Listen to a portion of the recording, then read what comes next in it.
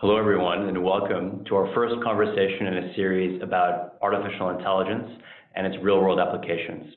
My name is Phill, and I'm responsible for product marketing at DigitalGenius, and I'm delighted to be joined by my colleague Conan, who is head of our AI product. Conan, welcome. Great to be here with you. Thanks for having me, Phill. So, Conan, we're kicking off what I think is a pretty exciting set of conversations today about artificial intelligence. We're going to start pretty general and high level, covering some trends of interest in machine learning. And it's going to be sort of a range of different things. We'll jump around a little bit. We'll talk about, obviously, trends in the technology and where we've come from the last few years. We'll probably talk a little bit about talent.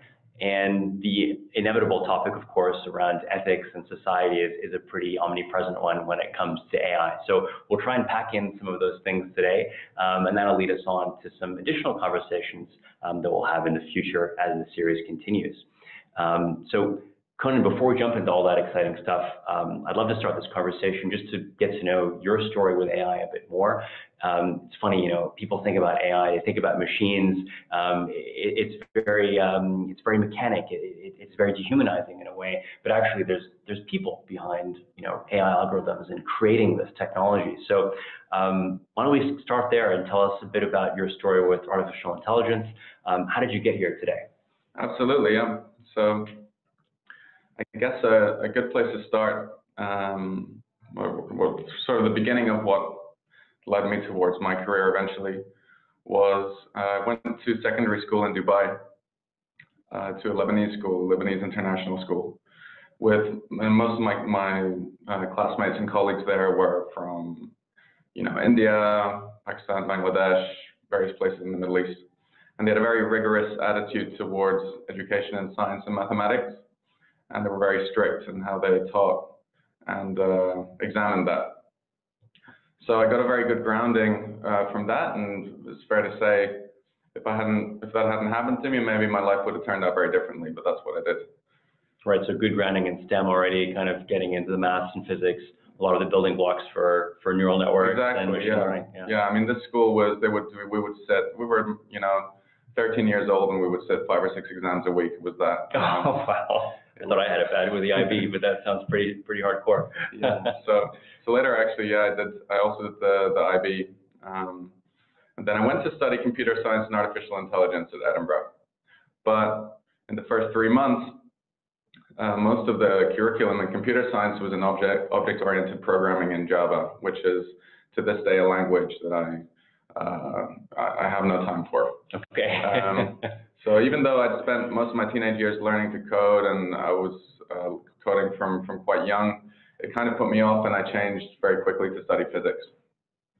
But then when I went, then professionally, when I started working, I was working in technical jobs in software engineering, because when you study STEM subjects, usually you're doing modules in, for research-based programming, so you're studying programming and, from the point of view of a scientific research career. So I already had those skills, and I started working in kind of software teams. But I started realizing that what I was really stimulated by was data analysis and, finding patterns and trying to summarize information from large data sets. So I worked a lot with keyword data mining in a search marketing company.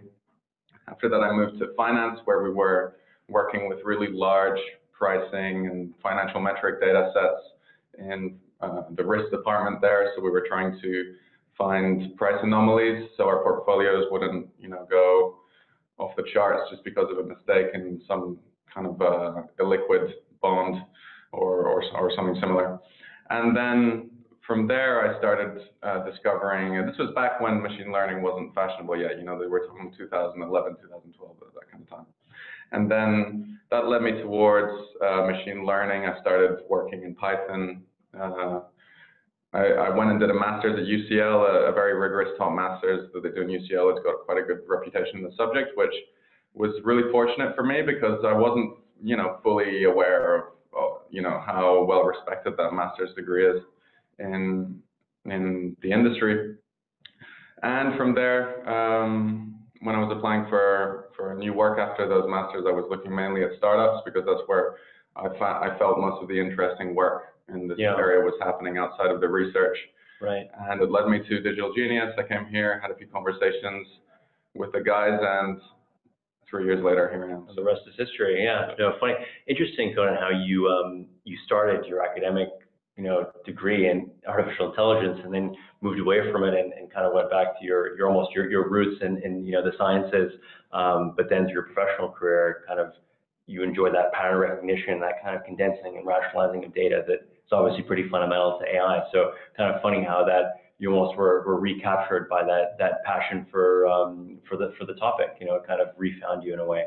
Also interesting that you had experiences with two sectors that have already changed quite significantly and will continue to change. That being marketing and also financial services. We'll see the impact with those industries quite significantly, I think, in the next few years. And how was that transition for you, coming from an academic environment and then getting into sort of more of an applied, business context? What was that like? So when I first joined DigitalGenius, at that time there weren't really very good commoditized machine learning products out there. Mm. In fact, there weren't even very good libraries for engineers and researchers to work on problems. There was no TensorFlow, there was no PyTorch. There was a library called Theano in Python, which was probably the most popular one at the time, but it was quite complicated. It was their syntax had departed quite far from Python, which is what most machine learning programmers and researchers use. Mm-hmm.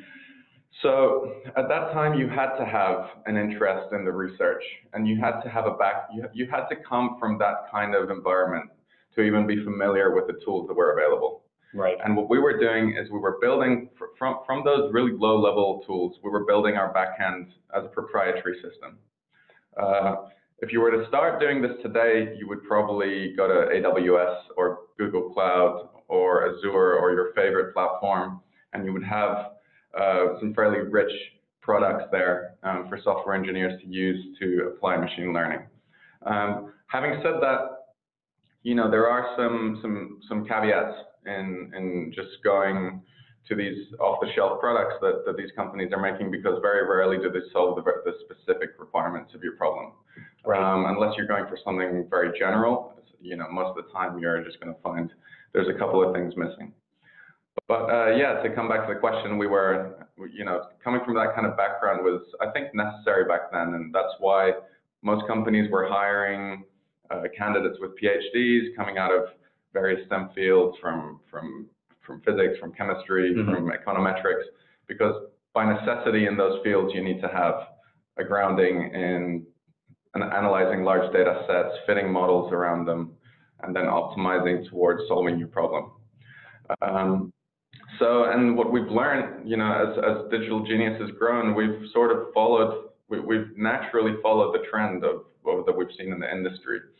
As this technology disseminates and becomes a sort of household name for technology companies, we have also started benefiting from all the richer libraries available to engineers, the products available from cloud service providers, and so on. So that's been sort of the path that I've experienced while working here at DigitalGenius over the last 3 years, and it's also generally a trend that the whole industry has followed. Yeah, remarkable that it's changed so much in the last 3 or 4 years, that the richness of the resources available and the specificity of those applications, right?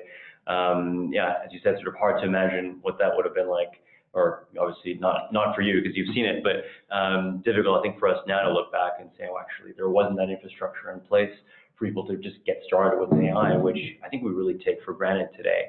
And how do you think, so that's on the kind of more the engineering and infrastructure side. How, in your perception, how has the market changed? How have people's, or perhaps more specifically businesses, views regarding AI and its viability as a technology changed in the last few years? So I think businesses in general have gone from feeling that in some way they do need this but not knowing exactly why, or I imagine you would have some skeptics out there. You've always got those, but especially with a new technology, you have the realists and the skeptics who, to be, to their credit, are often aware that with hype, comes usually some very promising technologies that you can't do very much with for a cheap enough price to make it scalable. So I think we've gone from sort of a gold rush type situation where, if you imagine it was like a gold rush where we didn't have the technologies quite in place to extract the gold, Right. So we've gone from that, and there was a lot of cowboys out there who had the solutions and could do anything for you, and probably a lot of people have experienced that. Now we have a situation where everybody knows that this stuff works. The large tech firms have led the charge in putting out products that really do create value and that sort of validate the range of technologies that machine learning can sort of provide. And now it's more about we're back to the same cycles of software development that have been here for let's say about 20 years. So you need a product, you need to scale it, you need to make it cheap enough to make it cost effective. And what we're seeing in the market is just that. We're talking to a lot of companies who they want this, and they actually know in a fair bit of detail, a lot of them, what they want. But they're also very they're not shy to speak about value and cost, and they're just trying to make things work for their business. So right. Those are some of the things from the engineering point of view, possibly outside of a commercial role here that I'm seeing happening. Interesting. So it's kind of like businesses are moving beyond that sort of initial hype stage where they just feel that AI sounds great. We know we need it at some point, and of course that opens the door to a lot of inefficiency, a lot of trial and error, which is maybe not a bad thing. But it sounds like now in that sort of last 2 or 3 years, companies and buyers are much more take maybe a more productized approach to AI. It's just another product, it's another tool, and there needs to be an ROI that comes with it. So maybe a bit of a maturation from the industry. Yeah, interesting.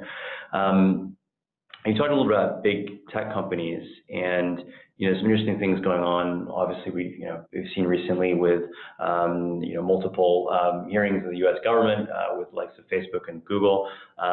We've seen obviously famous examples of big tech companies going into university departments and just cleaning out entire research teams and bringing them on board, taking them with them to sunny California. The talent war seems to be intensifying pretty significantly.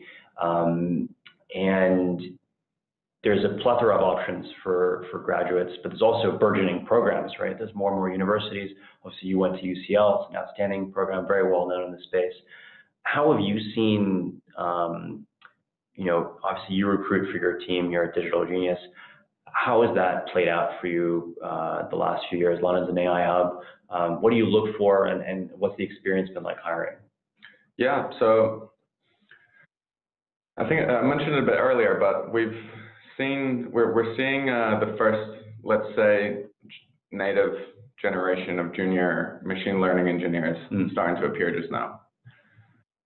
3 years ago, when I was first sort of involved in hiring for this kind of role, and also I'm aware from that in the past it had been like this as well, is everyone needed PhDs, they needed people from those kinds of academic backgrounds because they were the only ones with the knowledge. It's just there was not enough talent out there, without those kinds of academic backgrounds. Now we're seeing juniors coming out of university. The universities are adding machine learning modules, specialisms to their undergraduate degrees. We're seeing a lot of master's students, so computer, possibly people from computer science or STEM backgrounds who are retraining.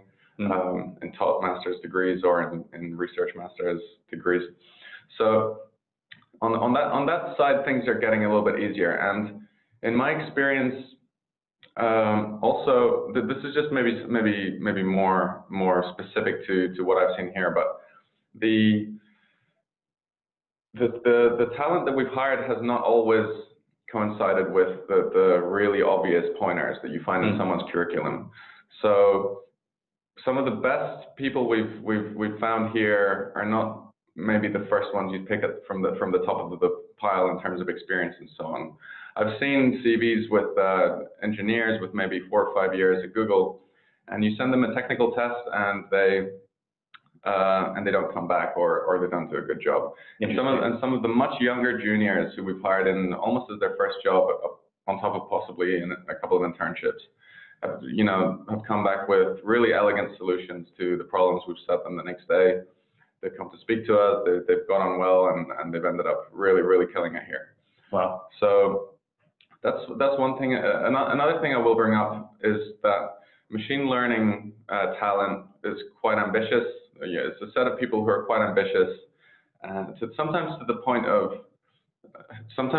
that it can be quite difficult. But they are justified in it because they're aware that there's something happening out there, that we're solving a problem that could be a sort of an event that we haven't seen happen in the universe previously. You could hypothesize that the creation of synthetic intelligence is something that has never happened before.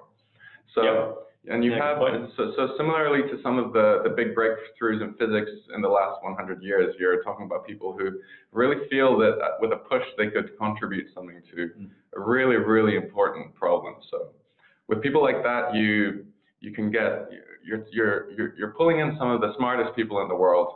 And that machine learning talent tends to be, people with great sense of humor, great sense of curiosity. They usually have their eyes on lots of different areas of science, and of life in general. But you have to keep them stimulated. You have to keep them happy. If they don't feel like at least something in their career is giving them a little taste or a little shot at solving the big questions in this problem, they might end up looking elsewhere. So we do things here like we run maths meetups, and we have some internal sort of extracurricular clubs and so on that sort of help that type of engagement. And it also sort of you can get that out of you, and then you can focus on the core, fairly narrow engineering problems that we have in our core set of products. Right. Yeah, it's an interesting cocktail of sort of ambition as well as skill set. It sounds like these people are, fortunately growing in abundance in the market, and it's great to have that optionality, so that you can find people that really best solve the problem that is a business you're trying to solve. But keeping people engaged, right? Keeping people very stimulated and happy and moving forward. It seems like it's a very powerful motivator, right? To getting people on board, but then keeping them there and then delivering those results. Exciting, very cool. And I think that it's that sort of, I guess that reason that you can have very cool things happening, obviously the likes of Baidu and Google and Facebook, but also have very cool things happening with a bunch of AI startups all over the world doing all sorts of different kind of problem solving, because the lure of the attraction seems to me like it's pretty universal, no matter where you go, as long as the problem you're solving is interesting. So look, all those people now are going to be doing things the next few years. So let's turn our eye to the future. Predictions are very hard, and we don't want to necessarily make any firm predictions, but we have increasing expertise. We've made a lot of progress the last few years in applying this technology. What in your mind are some of the main either developments, maybe breakthroughs? What kind of technologies are going to emerge or concretize, become better? What do you see happening in the next 5 years? So I think there's always maybe a lag between the breakthroughs in the research and the breakthroughs in the kind of commercial software market. Right.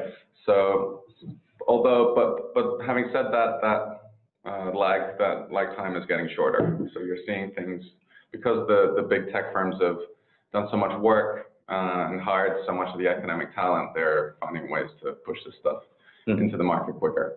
On the research side, I won't go too much into it, but there are some really, really interesting things happening generally in generative machine learning, which is software that can generate photoreal images, that can generate even photoreal video, voice. These kinds of things are very interesting, and they will eventually find commercial applications. So one interesting one is, if dynamic manufacturing, which is a reality now, you can order products that are manufactured online. So if you imagine a generative machine learning model that predicts the shoe the algorithm predicts is the most likely one for you to buy, depending on color schemes and materials and things like that. And you order it, and then that's passed on to the dynamic manufacturer who produces this. So you're talking about products that would be predicted by machine learning, and then they would enter the sort of manufacturing or sales commercial pipelines there. So things like that are interesting. Another interesting one would be customer service assistants that are photoreal, or let's say like video real or photoreal assistants. So a generative model that produces a video of a synthetic person that interacts with you and responds to you and so on. So the generative machine learning stuff is in the research is gonna be interesting. So that's like pure creation in some ways, where you're using all this data to, the AI is creating something unique. Yeah. It's really, really exciting, a lot of the stuff that's happening there. Wow. That would also, you're also talking about written content there, analysis, news, possibly even fiction. So you're talking about a lot of really cool results that could come out of that, and that will make it eventually into the commercial markets. Yeah. What about in the home? Because we've seen a lot. You mentioned voice just now. We've seen pretty big strides with Amazon Alexa, of course, being the #1. Google Home, of course, is a big one, and I'm sure there's others that I'm not mentioning. How will that change, do you think? What are the dynamics there? So I guess so. From the point of view of commercial software, I think there's a few broad trends that I imagine we'll see develop in the next years. So one of them, aligned with what you're saying, is natural user interfaces. Right. So most of these assistant products that we're seeing pop up, which are very, very closely related to what we do here at DG actually, are software that interfaces by natural language with the user who requests to have their Spotify turned on or to have their flight rebooked or something. And so natural user interfaces are generally solved problem now. They're they're available from most cloud providers and so on.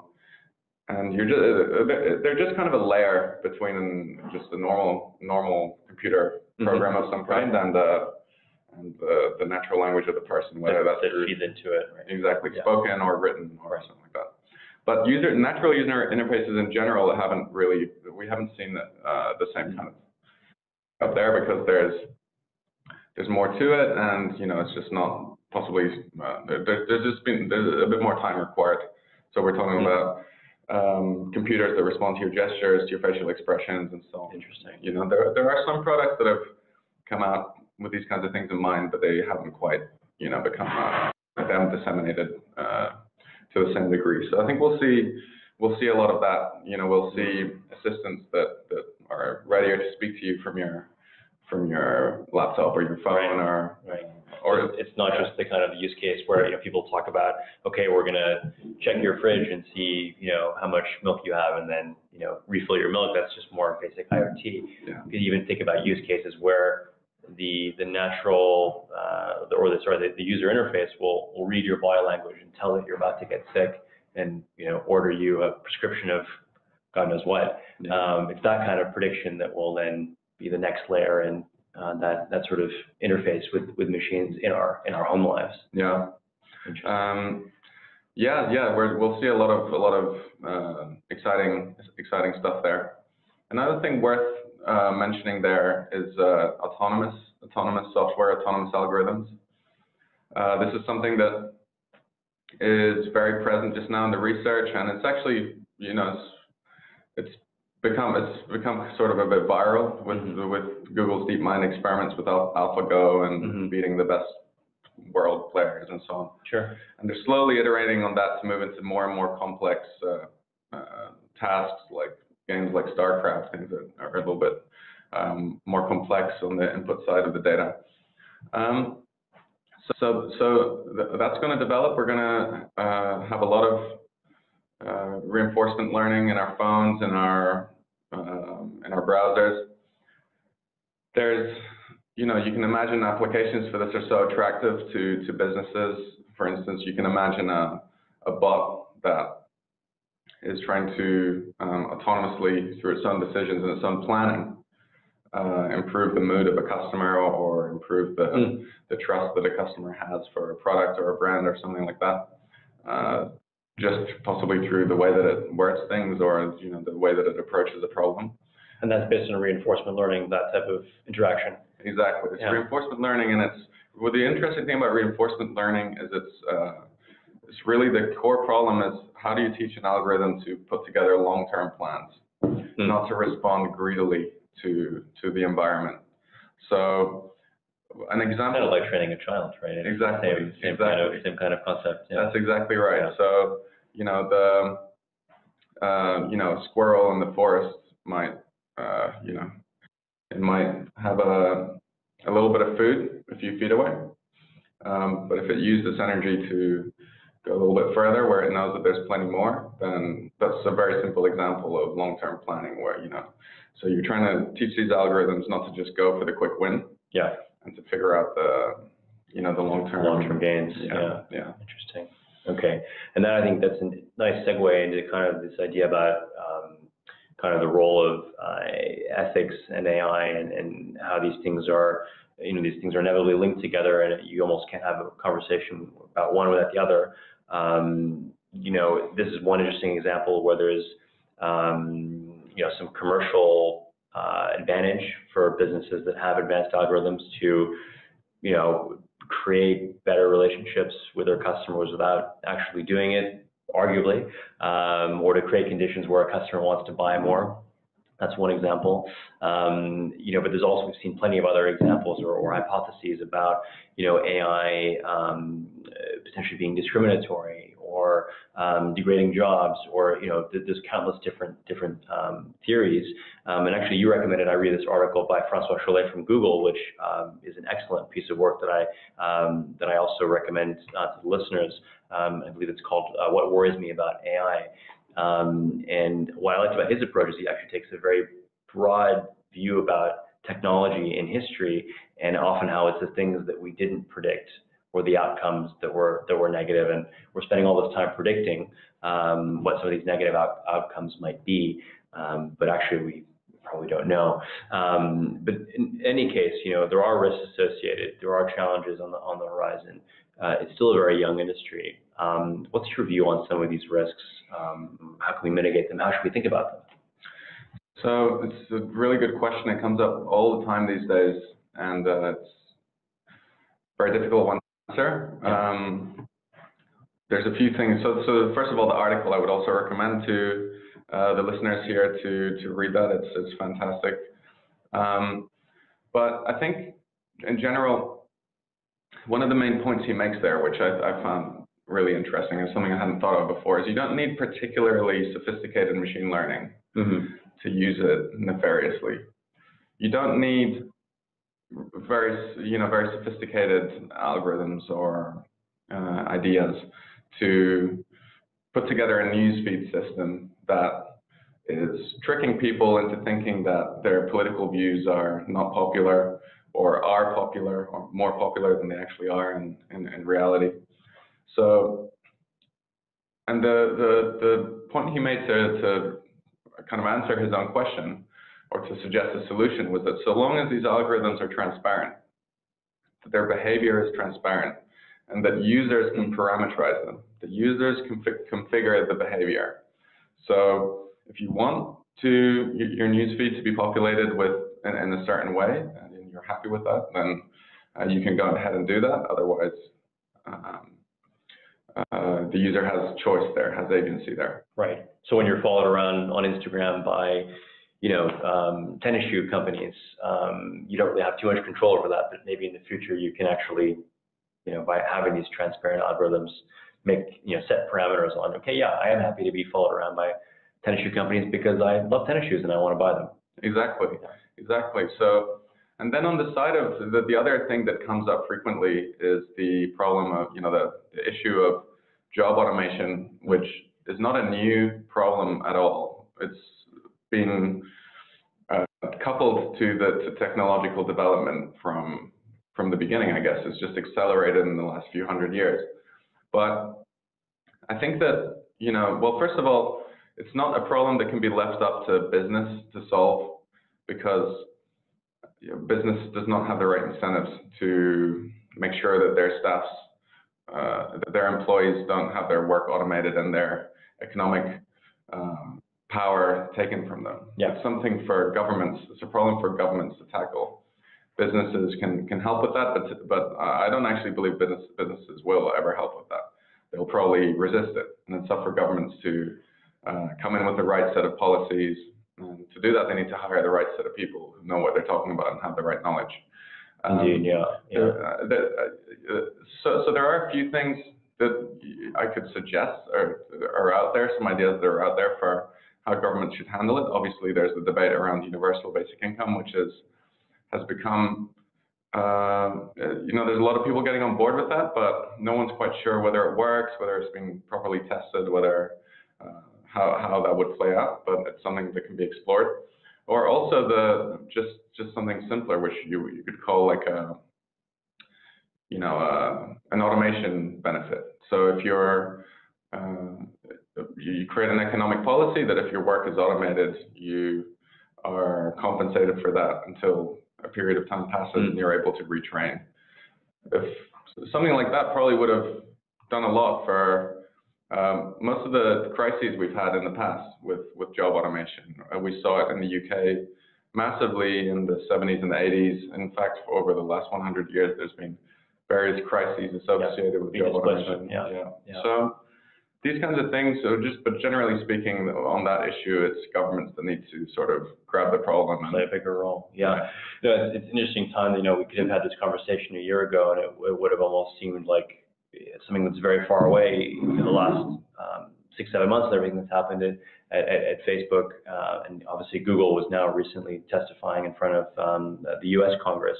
It seems like slowly but surely governments are getting involved. Maybe they're a bit late to the party, but I think there's a constructive role that they need to play and probably catch up a little bit based on the questions that I've been hearing them pose these technology leaders.